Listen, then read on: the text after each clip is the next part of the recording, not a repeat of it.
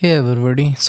कैसे हो आप सब। फाइनली पिछले एपिसोड में हमारा नया आर्क शुरू हो गया था। हालांकि कैनी को तो जियान थर्ड रैंक होली फ्लेम को हासिल करने के लिए आया है, बट उससे पहले उसे फेस करनी होगी बहुत सारी परेशानियां। इवन हमें इविल गॉड्स भी दिख रहे होंगे। बस इसमें जरूरत है आपके पेशेंस की। हम फटाफट से थोड़ा सा रिकैप कर लेते हैं। इसे पिछले एपिसोड में जियान येनिन यूरू फ्लेम वर्ल्ड में पहुंचे होते हैं। शुरुआती नोक के बाद इनका सामना होता है एक केव से। इस गुफा के अंदर 6 रास्ते थे, लेकिन सही जगह पे पहुंचाने वाला बस एक ही होगा। बाकी फेटल डेंजर से भरे हुए हैं। लेकिन जियान को न जाने इनमें जो सबसे खतरनाक था वही सबसे ज्यादा फैमिलियर लगता है, और वो था हेल गेट। तो क्या वो फिर अंदर चला जाता है और फंस जाता है एक इल्यूजन में, जिसमें जूनर उसकी एंडलेस फायर टेरिटरी को हथियाने की कोशिश कर रही होती है और शाओकलन के डिसेंडेंट्स को हवाले कर देती है ह्यूमन वर्ल्ड के सेंटर के।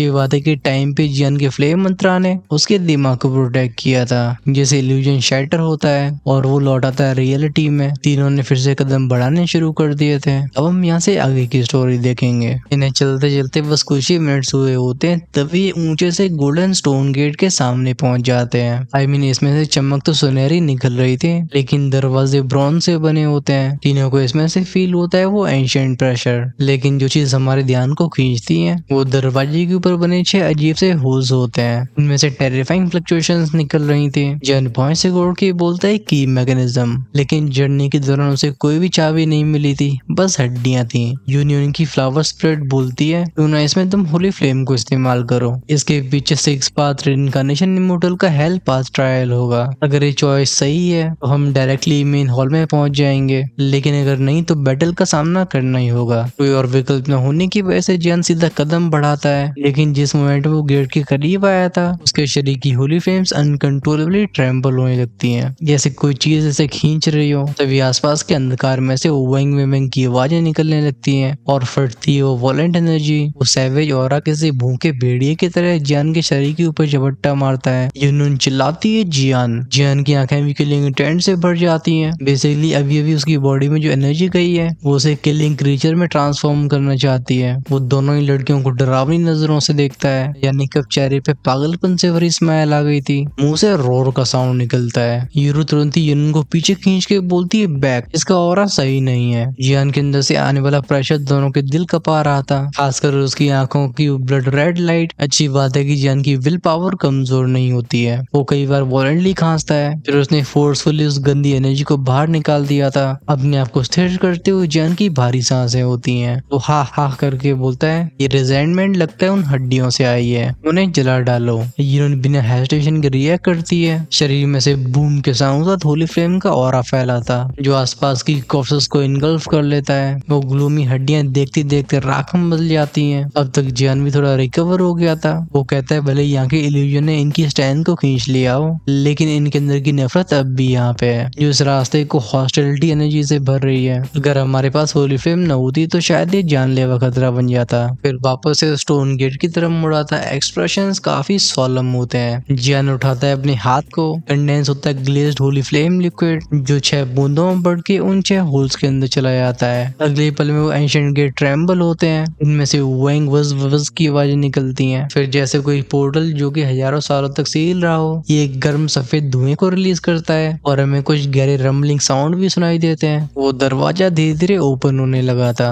एट द सेम टाइम जियान के शरीर में फील होता है एक रेजोनेंस। दरवाजे की वो 6 जियान की होली फ्लेम्स को बिना रेजिस्टेंस के अब्सॉर्ब कर लेते हैं, जैसे सदियों से इनका इंतजार कर रहे हो। जब तीनों ने दरवाजे के पीछे के उस सीक्रेट ऑरे को फील किया था, तीनों की बॉडी ट्रेम्बल हो जाती है। उस गैप में से सफेद रंग का धुआं बाहर आना बंद नहीं होता। बस इस मिस का टेम्परेचर ही टेरिफाइंग नहीं होता, बल्कि इसमें एक अजीब सी हैवीनेस मौजूद होती है, मानो सब में सांस ले रहा हो। ये चीज जियान के एक्सप्रेशन चेंज कर देती है। वो यूरो यूनियन से बोलता है गो। तीनों शूट हो जाते हैं हेल्पा ट्रायल के अंदर। ये जिस मोमेंट में गेट को क्रॉस करते हैं, दिल में भर जाता है गहरा शौक, क्योंकि इनके सामने की दुनिया थी वो सफेद नहीं बल्कि पिच ब्लैक फ्लेम से बनी होती है। यहाँ पे ग्लूमी बोन चिलिंग ऑरा फैला होता है। जैन सांसें गटक के बोलता है क्या है ये मास हेल। ये एक एंडलेस स्पेस था जहाँ जमीन से ज्वालामुखियों की तरह वो ब्लैक फ्लेम्स के पिलर उठ रहे होते हैं। ये सच में इस जगह को हेल यानी कि प्रकृति बना देते हैं। इस दुनिया की काली फ्लेम शांति से जल रही होती है। इनके अंदर गर्मी की जगह पे होती है कोल्ड डेथली इंटेंट। नीचे की उबलती हुई आग में से कोई डार्क बबल्स उठते थे। ये बलबूले जब जब फूटते हैं, इनमें से निकलने वाली ऊर्जा स्पेस में डिस्टॉर्शंस बना देती है। इस पावर के सामने इवन जियान भी प्रेशर फील करता है। तभी स्क्वीक थर्ड की साउंड गूंजी थी, पीछे का दरवाजा बंद हो जाता है और जियान कहता है लगता है हमने गलत चुनाव किया, ये एक डेड एंड है। इस मोल्टन हेल में डांस करने वाली ब्लैक फ्लेम्स ये बयां करती है कि यहाँ तबाही और टेरिफाइंग हीट के अलावा और कुछ नहीं है। जियान के चेहरे पे गिल्टी एक्सप्रेशन को देख के यूरो येनिन साथ में बोलते हैं तो फिर हम फाइट करेंगे। यहाँ के नए वातावरण को देख रही इनकी आंखें पैनी होती हैं। ये मोल्टन वर्ल्ड बाहरी फ्लेम वर्ल्ड से अलग था। हवा में फ्लोट करने वाले वो ब्लैक फ्लेम पिलर्स जो कि बिल्कुल साइलेंट थे, इनमें ऐसा लगता है जैसे कोई एंशिएंट चीज हो रही हो। और जब तीनों इनके ऊपर थोड़ा ध्यान देते हैं, इन्हें दिखाई देते हैं फिगर्स जो कि हर एक पिलर के अंदर सील्ड थे। इन फिगर्स के शरीरों को काली फ्लेम से ढक रखा था,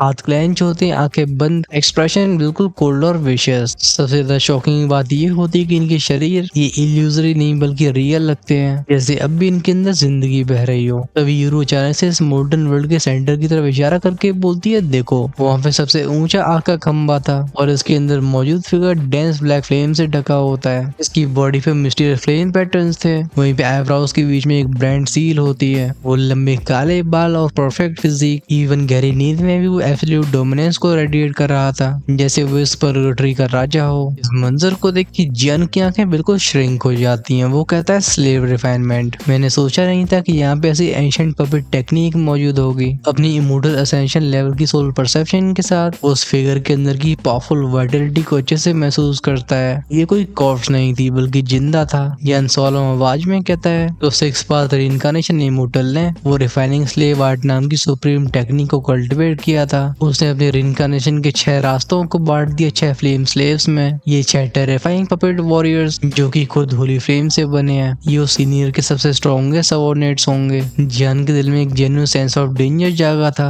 अभी की जियान की स्ट्रेंथ जिसमें वो डिमोनिक पावर का इस्तेमाल नहीं करेगा और ना ही यूज करेगा अपने डिवाइन आर्टिफैक्ट को। वो रफली एक थर्ड रीइंकार्नेशन पीक के एक्सपर्ट से फाइट कर सकता है, लेकिन अगर दुश्मन हाई रीइंकार्नेशन लेवल पे हुआ तो फिर चीजें थोड़ी अलग हो जाएंगी। सबसे परेशानी वाली बात ये होती है कि वो नहीं जानता था कि सामने के 6 फायर स्लेव्स में से सबसे स्ट्रॉन्गेस्ट कौन सा है। यहाँ से कदम लेना ही शायद इनका अकेला विकल्प होगा। हीरो धीरे से पूछती हमें क्या करना चाहिए। वो इस जगह पे जितना लंबा रुक रहे थे उसके दिल की अनीस उतनी ज्यादा बढ़ रही थी, क्योंकि वो काले रंग की फ्लेम्स तीनों की वाइटलिटी और इनकारनेशन को धीरे धीरे खा रही होती हैं। जब इनके शरीर की ऊर्जाएं खत्म हो जाएंगी तो फिर डेथ ही बिल्कुल नॉर्मल सी बात है। जैन भॉइस से कोड के बोलता है अगर ये एक ट्रायल है तो आगे बस इन्हें हराने के बाद ही बढ़ा जा सकता है। ये इन्हें सवाल पूछने की कोशिश करती है, लेकिन इन्हें जगाना या अपनी हथेली को उठा के बोलते हैं हमारे पास और कोई चॉइस नहीं है। ये कहती है उसकी 6 कलर होली फ्लेम इंस्टेंटली मर्ज हुई थी। उसके सर के ऊपर कंडेंस होता है जायंट पाम अटैक जो बीच वाले आके खंबे से स्लैम हो जाता है। इस स्पेस में एक बूम का साउंड गूंजा था। फर्क बस ये था कि इस मोमेंट में जियान का अटैक उस पिलर को छूता है। ये कुछ चिंगारियों में बढ़ के बिखर जाता है, लेकिन तब भी उस पिलर की सर्फेस पर छोटे छोटे क्रैक्स बनने लगे थे। इस दुनिया के आसमान में गूंजती एक हैवी मैकेनिकल आवाज, वो ची ची ची हो की साउंड, जैसे किसी एंशिएंट चीज के जॉइंट्स एक दूसरे से ग्राइंड कर रहे हो। जन सलाइवा गटक के बोलता है वो जिंदा है। वो तुरंत ही फुल कॉम्बैट मोड में चला गया था। सिविल हम उस फायर पिलर को शैडर होते हुए देखते हैं। एक बज का साउंड गूंजा था।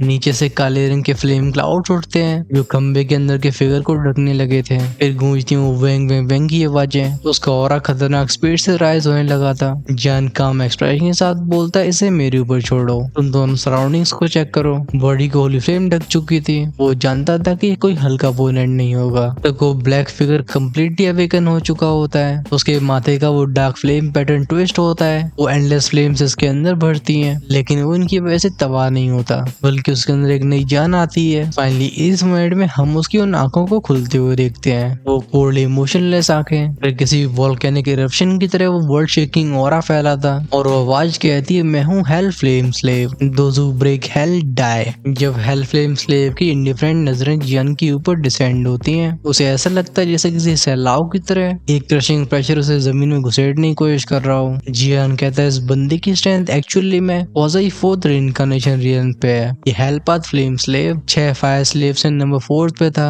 अगर एक 4th रैंक का पपेट ऐसी टेरिफाइंग पावर को पोजेस करता है तो फिर हेल पाथ और ह्यूमन पाथ के स्लेव्स ये एटलीस्ट 5th या फिर 6th रैंक रीइंकार्नेशन पे होंगे। और इसका मतलब बस एक है कि उस समय पे 6 पाथ रीइंकार्नेशन इमोर्टल की स्ट्रेंथ ये सच में डरावनी रही होगी, क्योंकि इस लेवल की पपेट रिफाइनमेंट में कम से कम क्रिएटर की स्ट्रेंथ स्ट्रेंथ उस पपेट से ऊपर होनी चाहिए। ये वे विचार उसके दिमाग में फ्लैश हो रहे थे वो हेल फ्लेम स्लेव एक्शन में आता है। धीरे से उसकी एक हथेली उठती है, फिर नीचे की मॉडर्न वर्ल्ड की तरफ घुमा दी गई थी। दूर से ऐसा लग सकता है कि उसकी मूवमेंट्स मशीन जैसी हों, बट उसके एक इशारे पे इस जगह पे जितने भी 5 प्लेयर्स थे वो crack crack boom boom boom की आवाजों के साथ शैटर होने लगते हैं। एक ही मिनट में पूरी दुनिया फट गई थी। वो हजारों सील्ड फायर स्लेव्स अचानक से अपनी आंखें खोलते हैं। इन सब की नजरें बिल्कुल टॉर्च की तरह जियान और बाकियों के ऊपर टिक जाती हैं। इस दुनिया का आसमान इनसे भरा हुआ था और इनकी और किसी के भी खोपड़ी झन्ना के रख दें। हर एक हेलफायर स्लेव की स्ट्रेंथ कम से कम रिइंकार्नेशन लेवल पे होती है। अगर ये 2-4 होते तो कोई बात नहीं थी,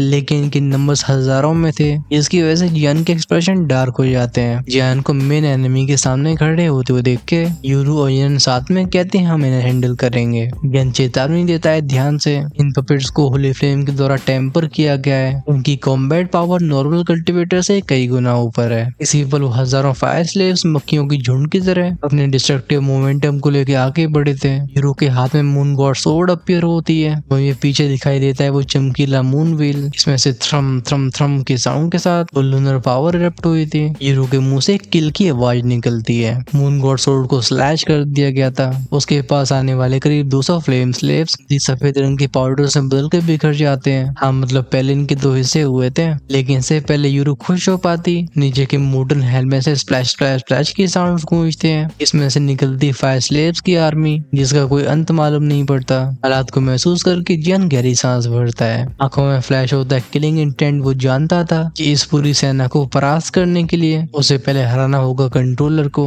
वो सामने की हेलफ्लेम स्लेव की नजरें अब भी जियान के ऊपर से हटी नहीं थी। जब वो ध्यान देता है उन लाइफलेस आंखों में, उसे कुछ लालच जैसी फीलिंग आती है। जियान कोल्ड आवाज में कहता है तुम मेरे अंदर की होली फ्लेम को डिवॉर करना चाहते हो, हाँ तो फिर आओ कोशिश करो। इस स्पेस में एक रोर एको हुई थी। ये थी ड्रैगन गॉड ट्रांसमिशन। तुरंत उसके आधे शरीर को एज़ोर ड्रैगन स्केल्स ढक लेते हैं और उसके हाथ बदल जाते हैं टेरिफाइंग क्लॉज में, जिनमें से ओवरवेलमिंग ड्रैगोनिक ऑरा निकलता है। उन फ्लक्चुएशंस को सेंस करके वो हेलफ्लेम स्लेव भी हेस्टेट करने लगा था। उसकी नजरें उन ड्रैगन स्केल्स के ऊपर जाती हैं। इन नजरों को लेके ऐसा लगता है जैसे वो अपनी एंशिएंट मेमोरीज को याद करने की कोशिश कर रहा हो। बट इसी मोमेंट में जियान गायब हो गया था। वर्ड में दिखाई देती हैं कई आफ्टर इमेजेस। फिर किसी मौत के साए की तरह वो अपीयर होता है पपेट के सर के ऊपर। टेक्निक थी ड्रैगन्स क्लॉ। ये अटैक एक क्वाजी फोर्थ इनकार्नेशन को भी इंजर्ड कर सकता था। वो पंजाब बूम के साथ साथ परफेक्टली टकराता भी है, लेकिन अगले पल जियान के एक्सप्रेशन चेंज हो जाते हैं। उसे ऐसा लगता है जैसे वो किसी लोहे के पहाड़ में टकरा गया हो। इस कुलियन से एक रिपल भी नहीं बनती। वही पे हेल फ्लेम स्लेव्स नियर करता है। बोले तो नीचे दिखाने वाली स्माइल शरीर से ब्लैक फ्लेम्स फटती हैं जो जियान को शाबू के साथ साथ पीछे भेज देती हैं। जियान कहता है नॉर्मल पपेट्स बस फिजिकल स्ट्रेंथ पे रिलाई करते हैं, लेकिन ये एक्चुअली में फ्लेम पावर को कंट्रोल कर सकता है और इसकी बॉडी ने इवन ड्रैगन गॉड ट्रांसमिशन को भी इग्नोर कर दिया। ये मंजर जियान पहली बार देख रहा था।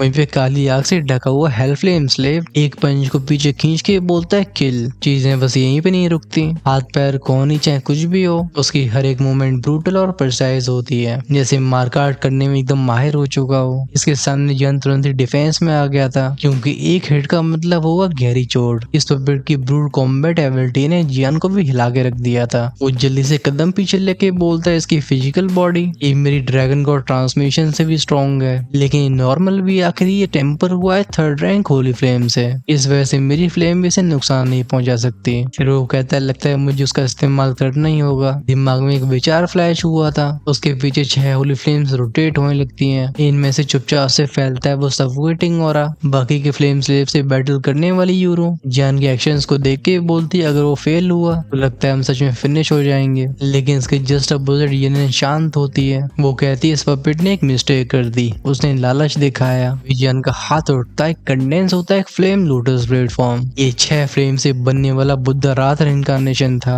अब इसमें से निकलने वाली डिस्ट्रक्टिव पावर और भी ज्यादा मिस्टीरियस हो गई होती है। युद्ध के मैदान में होता है एक भयानक एक्सप्लोजन। वो हेल फ्लेम स्लेव इसे पहले रिएक्ट कर पाता। वो बुद्धा रात लोटस के संपर्क में आ गया था। वो बूम की आवाज साथ फैलने वाली एनहाइलेशन वेव उस फ्लेम स्लेव को तुरंत ही अपने अंदर खींच लेती हैं। इस मोमेंट में नीचे का उबलने वाला मोल्टन वर्ल्ड भी साइलेंट पड़ गया था। वो ब्लैक फ्लेम्स ऐसे पीछे हट रही थी जैसे वो डर चुकी हो। हम जूम इन करते हैं उस एक्सप्लोजन के सेंटर की तरफ जहाँ पे हेल फ्लेम स्लेव खड़ा हुआ था। उसके आसपास का स्पेस वॉलेंटली ट्विस्ट होता है। ऐसे डिस्ट्रक्टिव प्रेशर के सामने उसके एक्सप्रेशन भी डिस्टॉर्ट होने लगते हैं, लेकिन तब भी उसकी बॉडी तबाह नहीं होती। होती। ये चीज जियान की नजरों को और भी भारी कर देती है। इवन 6 होली फ्लेम्स का फ्यूजन भी इसे रियल डैमेज नहीं पहुंचा पाया। एक पपेट जो कि 3rd रैंक होली फ्लेम से टेम्पर हुआ है, जियान समझ नहीं पाता कि अगर वो 6 पाथ रिइंकार्नेशन इमोर्टल इस लेवल का मॉन्स्टर रहा होगा। अब देखो भले हेल फ्लेम स्लेव इतने स्ट्रॉन्ग हो, लेकिन बाकी के फ्लेम स्लेव्स ऐसे नहीं थे। जब वो बूम बूम बूम के साउंड सा टेरिफाइंग एनाइलेशन रिपल्स फैलती हैं, ये बैटलफील्ड के हर एक फायर स्लेव को खत्म कर देती हैं। इसी भले एक रोर का साउंड गूंजा था, उस हेल फ्लेम स्लेव की बॉडी वॉलेंटली ट्रेम्बल होती है। माथे की ब्लैक फ्लेम मार्किंग्स डिम हो जाती हैं, वहीं पे आंखों में बढ़ती है मैडनेस। वो ओवरवेलमिंग किलिंग इंटेंट जो जियान पे लॉक हो गया था,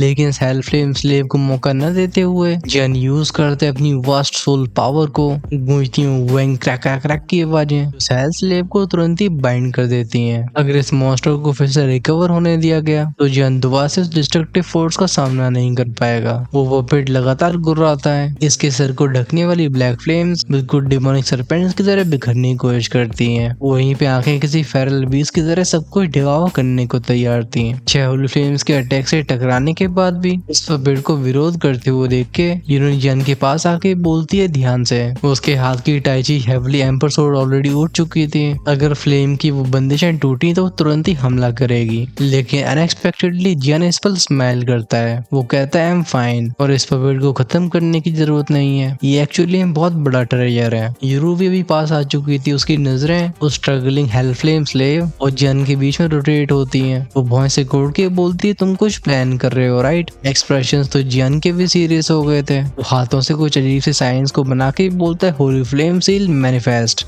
बीच हवा में ग्लास कलर का फायर इम्प्रिंट अपीयर हुआ था। इसमें से निकलने वाला सीक्रेट ऑरा जो कि मैसिव सोल पावर से मिला होता है, ये जीते जागते रून की तरह धड़कता है। जिस पल वो फायर सील नीचे आती है, उस बदे हुए हेल फ्लेम स्लेव का शरीर ये वॉलेंटली कांपने लगता है। गूंजती कुछ पफ की आवाजें। उसके माथे की वो डिम ब्लैक लाइंस ऐसे फैलती हैं जैसे वो जिंदा हो गई हो। इनमें से बाहर आती है वो थिक ब्लैक मिस्ट जो उस पपेट की बॉडी को नरिश करती है, लेकिन साथ में फैलती है वो घटिया सी स्मेल। ये एक सिनिस्टर ऑरा था। जब यूरू और येनिन ऐसे सीन को देखती हैं, ये साथ में बोलती हैं एक्स्ट्राटेरेस्ट्रियल इविल रेस का ऑरा। इमोर्टल वर्ल्ड के वॉर के बाद वो उस प्रेजेंस से बहुत फैमिलियर थी। जियान की आंखें भी ठंडी पड़ गई थी। वो हम करके कहता है बस एक रेवेनेंट इविल एनर्जी और तुम मेरे साथ कम्पीट करना चाहती है बर्न। उसके प्रिसाइज सोल कंट्रोल में जियान की होली फ्लेम की सील आगे बढ़ी थी। ये दुनिया रिम रिम रिम रिम की साउंड साथ हिलती है। वो सीक्रेट हीट का प्रेशर इसके सामने स्पेस फोल्ड होने लगता है। तभी हेल फ्लेम स्लेव के ऊपर की सोल बंदिशें अचानक से टूट जाती हैं और वो ऊपर देखता है। उन नजरों में एक घमंड था, जैसे वो किसी चीज को देख के हंस रहा हो। इसी पर उसके शरीर के संपर्क में आती वो फायर सील, वो पपेट वॉलेंटली ट्विस्ट होता है। इससे पहले कोई भी रिएक्ट कर पाता, वो सील की बॉडी में फोर्सफुली एब्जॉर्ब हो जाती है। यूरू और येनिन जियान को कंफ्यूजन के साथ देखते हैं। वो कहते हैं ये पहले वो 6 फ्लेम फ्यूजन और अभी अजीब सी सील आखिर लड़का करना क्या चाहता है, लेकिन जियान बस मुस्कान की चमकान दिखा के बोलता है गुड चलो इसे निकल जाओ। अगले इंस्टेंट में जो हुआ था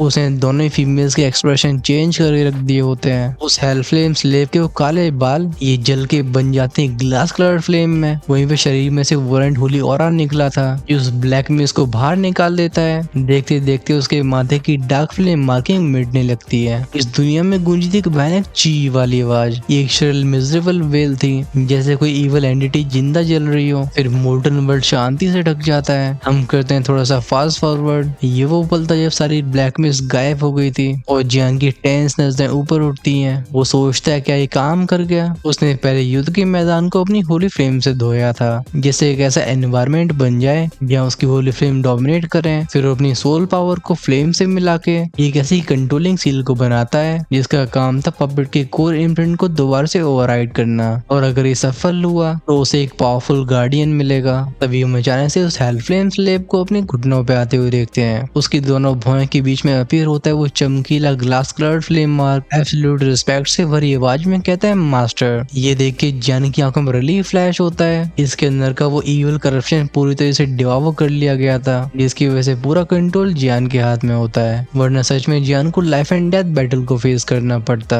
अभी यूरू की नजरें काफी कॉम्प्लिकेटेड हो चुकी होती हैं। वो तभी से हिला के कहती है इम्प्रेसिव। बैटल के दौरान ऐसी काउंटर कंट्रोलिंग टेक्निक को तैयार करना जो 6 पाथ पपेट को अपने कब्जे में ले ले, ऐसी हिम्मत या पागलपन बस जियान ही कर सकता है। जियान ने कदम आगे बढ़ाया था। वो कहता है मुझे सब बताओ जो तुम जानते जानते हो, चाहे वो 6 रिइंकार्नेशन पैलेस हो या फिर हेवली टावर रिइंकार्नेशन फ्लेम और 6 path reincarnation immortal. Hell flame slave बिना हेजिटेशन के कहता है मैं एक हेल फ्लेम स्लेव हूँ। 6 पाथ पैसेजेस के 6 गार्डियंस में से एक और मेरी स्ट्रेंथ नंबर 4 पे आती है। 6 पाथ के उस तरफ है रिइंकार्नेशन वर्ल्ड, वो दुनिया जो कि खजानों से भरी हुई है। पहले मैं पार करना होगा 6 पाथ रिइंकार्नेशन इमोर्टल के रेस्टिंग प्लेस को, फिर वो हेवली टावर रिइंकार्नेशन फ्लेम जो कि इमोर्टल के साथ वहां मिलेगी। यह वॉइस रिकॉर्ड लेता है, हालांकि जानकारी यूजफुल थी लेकिन काफी नहीं होती। वो फिर से पूछता है और वो 6 इविल गॉड के बारे में क्या? हेल फ्लेम जवाब देता है 6 इविल गॉड उसे 6 पाथ रिइंकार्नेशन इमोर्टल ने डिस्ट्रॉय कर दिया था। जेनाप्रासनेट करके बोलता है डिस्ट्रॉयड, तो फिर तुम्हारे अंदर का वो इविल ऑरा कैसा था?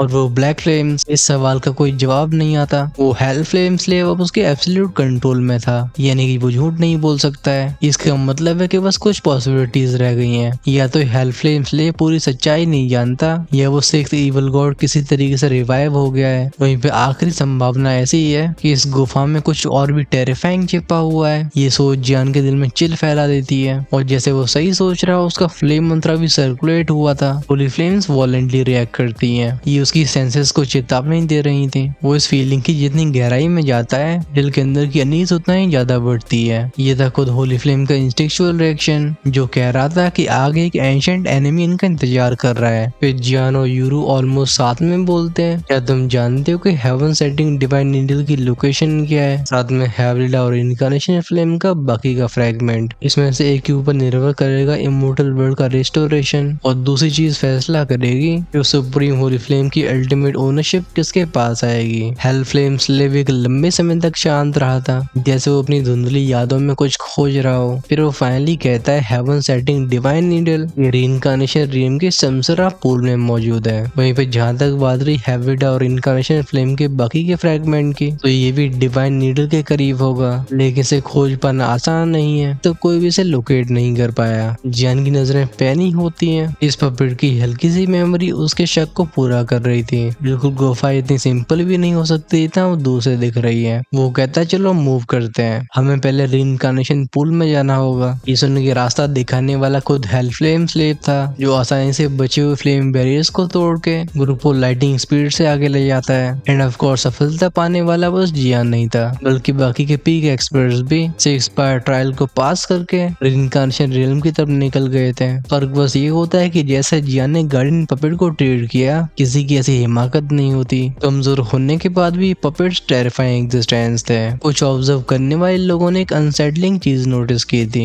ये पपेट्स इतने पावरफुल होने के बाद भी बस आउटर पैसेज को गार्ड कर रहे हैं। लॉजिकली ऐसी स्ट्रेंथ होली फ्लेम के कोर को प्रोटेक्ट करनी चाहिए थी, लेकिन फिर इन्हें यहाँ पे क्यों रखा गया, ये सवाल कईयों के दिमाग में रहता है। हम फोकस ले आते हैं उसी रास्ते पे, जिसे पार करने के बाद सीनरी बिल्कुल बदल गई थी। इनके सामने एक प्राइमोरियल फॉरेस्ट खुलता है, जहाँ ऊंचे ऊंचे उठने वाले पहाड़ और गलगल की आवाज़ों के साथ बहने वाली वो लेक, साथ में हरियाली दसियों हजार किलोमीटर तक फैली हुई थी। नाक में एग्जॉटिक फ्लावर फ्रेग्रेंस जाती है, चाहे बीस के धाड़ने की आवाजें हो या फिर चिड़ियों को चहचहाने की, इनमें एक आजादी महसूस होती है। इन सब की और हेल्दी थे, लेकिन जिसपे हमारा फोकस सबसे ज्यादा जाता है वो थी प्रिज्मेटिक लेक। इसकी चौड़ाई करीब 100 मीटर की रही होगी। इसकी सतह चमक रही होती है उस मिस्टीरियस एनर्जी से। यहाँ पहुंचने वाली येनेन अपने होठों को कवर करके बोलती है तो ये रीइंकार्नेशन रियल्म है। वहीं भी जैन वॉइस रिकॉर्ड के बोलता है, लगता है हमसे पहले भी कई लोग आ चुके हैं। इनके शरीर के अंदर की रीइंकार्नेशन पावर को एक इन्यूजल और इन्हें यहाँ पे सरप्राइज करके रखा था, जैसे इन्हें दुनिया अपने हिसाब से चलाना चाहती हो। वो हेल फ्लेम स्लेव का आवाज में कहता है, मास्टर यहाँ के क्रीचर्स बहुत ज्यादा वॉलेंट हैं, जैसे किसी घुसपैठियों को डिटेक्ट करते हैं, ये मिलके उसे मिटाने में लग जाते हैं। जियान नॉड करके कहता है ठीक है रास्ता दिखाओ। हेल स्लेव चुपचाप से मूव हुआ था। वहीं पे जियान के बगल में यूरू कहती है जियान थैंक यू। जियान के उसके पास होने से यूरू को लग रहा था कि हेवन सेटिंग डिवाइन नीडल को हासिल करना पॉसिबल है। इससे पहले वो रिएक्ट कर पाता, इस जंगल में से शावो शावो बूम के साथ टेरिफाइंग फ्लक्चुएशन फैलती हैं, उठता है काला धुआं। इस आवाज को सुन के यूनन के कदम अचानक से थम जाते हैं। वो कहती है रुको।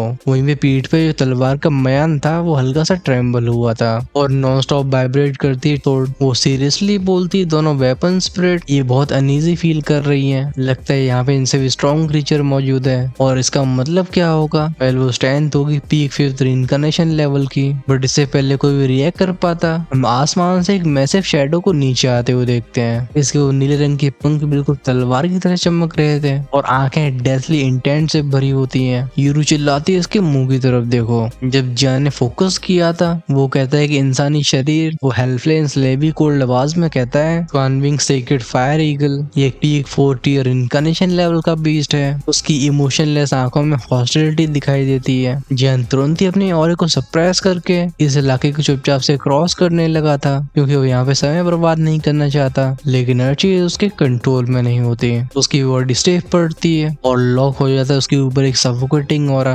दाती मीस के बोलता है नॉट गुड, इसने हमें ढूंढ लिया। इस पर ज्वानविंग सेक्रेड फायर ईगल ने अपने मुंह से स्कॉर्प्स को छोड़ के एक्चुअली में नीचे छलांग मारी थी। इसके पंख जंगल को तोड़ के रख देते हैं। धूल मिट्टी बिल्कुल तूफान की तरह उठती है। यहाँ बस जियान का ग्रुप मौजूद नहीं होता है बल्कि कई और कल्टिवेटर्स भी छिपे हुए थे। इनमें से एक बोलते हैं तो ये वही एंडलेस फायर टेरिटरी का मूर्ख है, तो दूसरा बताता है कि भी सोल पावर से बहुत सेंसिटिव है, लेकिन इस जियान की सोल प्रोटेक्शन को इस्तेमाल करने की हिम्मत हुई। लगता है ऐसे मौत का सच में भय नहीं है, लेकिन चलो अच्छी बात है गार्डियन बीस को डिस्ट्रैक्ट कर रहा है। हम इस मौके का फायदा उठा के समसरा पूल ट्रेस को हासिल कर सकते हैं। ये फाइनली अपनी एनर्जी फ्लक्चुएशंस को छिपाते नहीं है, एक के बाद एक शूट हो जाते हैं उस रेइनकार्नेशन पूल की तरफ। उनकी इंटेंशन बिल्कुल साफ थी। जियान भी सेंस करके बोलता यूरू येनियन तुम हेल्फलेम स्लेव के साथ आगे जाओ, इस बीस को मैं हैंडल करता हूँ। दोनों ही फीमेल्स इससे पहले आर्ग्यू कर पाती, जियान ने कदम आगे बढ़ा दिए थे। वो उस बीस के ध्यान को अपनी तरफ खींचने लगता है। जियान की स्पीड चाहे कितनी भी तेज रही हो, लेकिन ज्वानविंग सेक्रेड फायर ईगल की नजरें ये उसके ऊपर से एक पल के लिए नहीं हटती।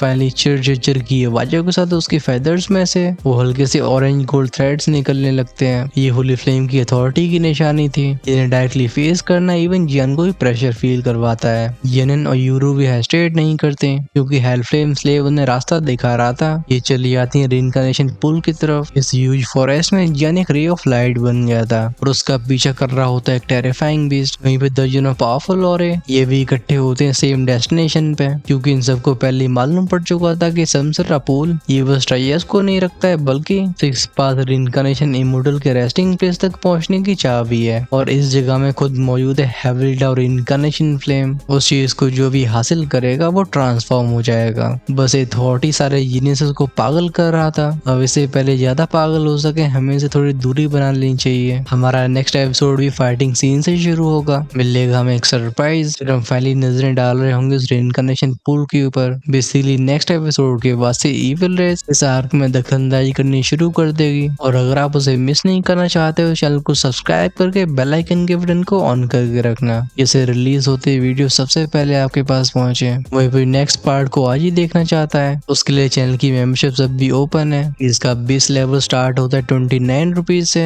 और हमारा हर एक मेंबर अर्ली एक्सेस एपिसोड्स को एंजॉय कर सकता है। एट द सेम टाइम उसके कमेंट सबसे ऊपर शो होंगे। फाइनली जो एक नहीं बल्कि 2 से 3 पार्ट्स देखना चाहते हैं वो अपनी मेंबरशिप लेवल्स को अपग्रेड कर सकते हैं इमोर्टल एम्पायर उससे ऊपर। ज्वाइन का ऑप्शन मिलेगा चैनल के होम पेज पे एंड ऑफ कोर्स सब्सक्राइब के साइड में भी। फटाफट से उसे चेकआउट करो और हमें कमेंट्स में बताओ कि आपको ये एपिसोड कैसा लगा है, जैसे हम आगे की स्टोरी को भी सेम फ्लो में बढ़ा सकें।